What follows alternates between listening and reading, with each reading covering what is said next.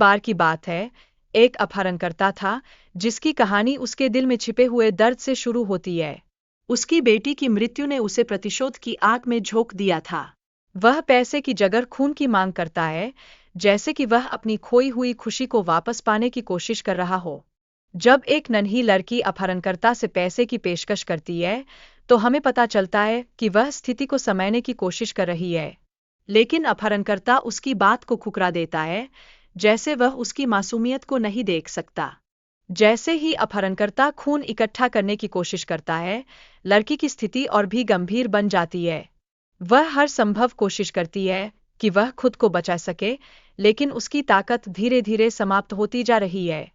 फिर एक दिन वह एक द्वीप पर पहुंचते हैं। पहले तो टीम वहां की सुंदरता से मोहित हो जाती है, लेकिन जल्द ही उन्हें एहसास होता है कि यह जगह कहीं अधिक खतरनाक है।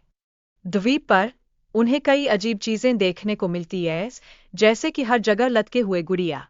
यह सब कुछ ठीक नहीं लगता, जैसे कि यह गुड़िया किसी गुप्त रहस्य की गवाह है।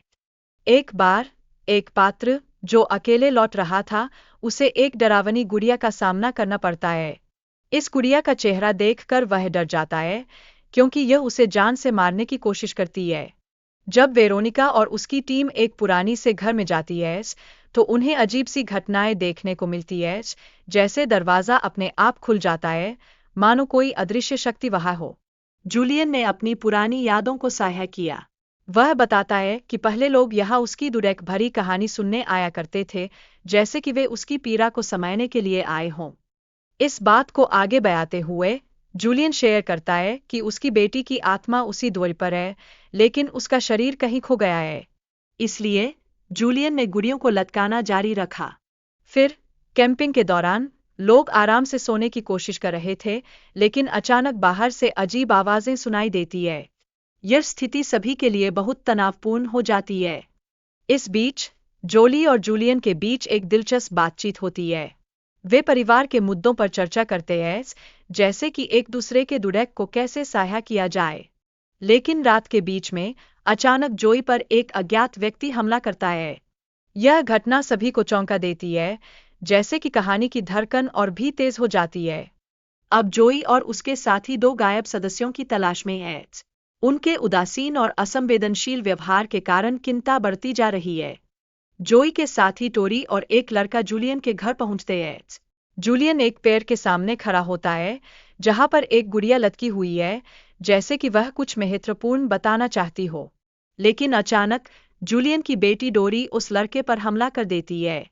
वह अपने पिता की तारीफ करती है, जिससे यह साफ होता है कि वह सभी के बीच में एक गुप्त योजना का हिस्सा है। जब वेरोनिका और जोई अपने दोस्तों की लाशें देखते हैं, तो उनकी स्थिति और भी गंभीर हो जाती है। यह यात्रा का सबसे भयानक मोड़ साबित होता है, मानो किसी डरावनी कहानी का अंत निकट हो। जूलियन और संताना के बीच की बातचीत से यह पता चलता है कि वे वेरोनिका और जोई को खत्म करने की योजना बना रहे हैं। यह संवाद कहानी को और भी भयावह बना देता है। अचानक जोई का जूलियन पर हमला करने का फैसला कहानी को एक नया मोड़ देता है।